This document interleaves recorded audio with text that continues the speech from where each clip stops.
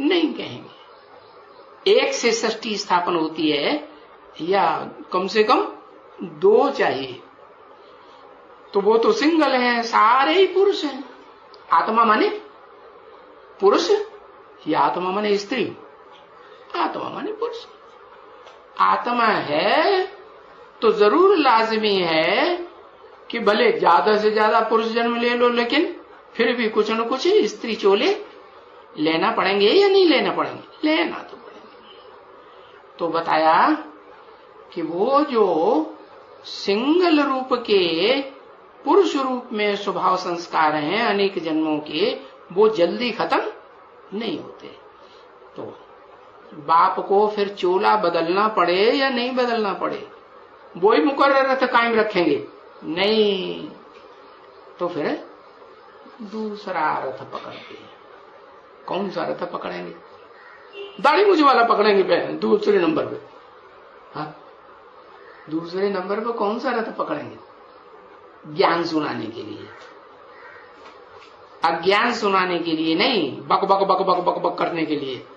हाँ, जगदम्बा का वो ज्ञान सुनाती है, वो ज्यादा ज्ञान सुनाती है।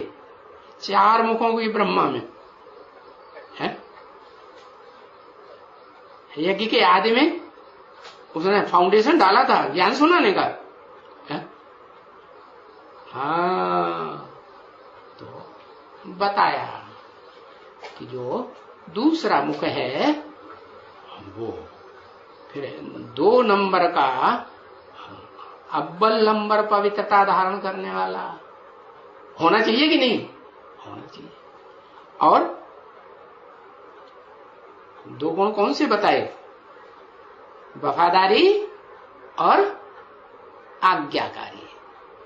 तो उसमें 2 गुण होंगे या नहीं होंगे प्रैक्टिकल जीवन में? हाँ, और वो आत्मा भी तो है तो शरीर में, कि सिर्फ आत्मा की स्मृति में रहेगी, कुछ न कुछ देह याद आएगी कि नहीं? हाँ, अरे कन्याओं माताओं को अपने देह के अंग का होना रहता है या नहीं रहता है? नहीं रहता है।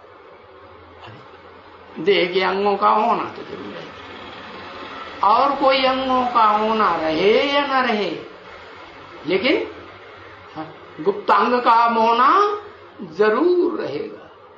नहीं रहता? हाँ, रहता है। तो इसलिए बताया कि वो जो उस गुप्तांग से भी जन्म जन्मांतर पवित्र रहने वाली आत्मा है, या और किसी के साथ अपवित्र होती? नहीं। तो बताया कि बाबा आकर के पावन तो बनाते हैं, लेकिन फिर नंबरवार पावन बनाने के लिए ब्रह्मा के मुख चुनने पड़ते हैं। अव्वल नंबर ब्रह्मा तो वो हो गया, कौन? जो पतितम कामी काटा हुआ। फिर दूसरे नंबर का पतितम कामी काटा नहीं, भाप समझ जाते हैं, या ऐसा वो पार्ट बजाता है कि इसके बस का रोग नहीं है। क्योंकि पढ़ाई तो यही पढ़ाते हैं कि दुनिया में सबसे बड़ी पावर क्या है? एक अक्षर पवित्रता है। हाँ, प्योरिटी जो है फर्स्ट, तो पवित्रता सबसे। लेकिन पवित्र कहें तो पवित्रता सबसे बड़ा गुण है, सबसे बड़ी शक्ति है, लेकिन बता दिया कि ज्ञान से जास्ती पवित्र और कुछ भी होता ही नहीं इस दुनिया। क्या कहा है? इस गीता में भी लिखा हुआ है, नहीं ज्ञान सदसम पवित्रम इह इस संसार में विद्यते।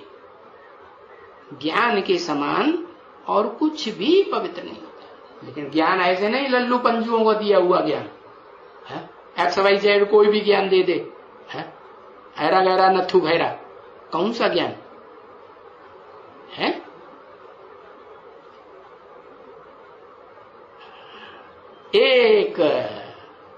एक के द्वारा दिया हुआ ज्ञान। क्या? कौन सा एक? जो एक ऊंच ते ऊंच है, और ऊंच ते ऊंच होगा तो उसको तो सबको मानना पड़ेगा ना। तो दुनिया की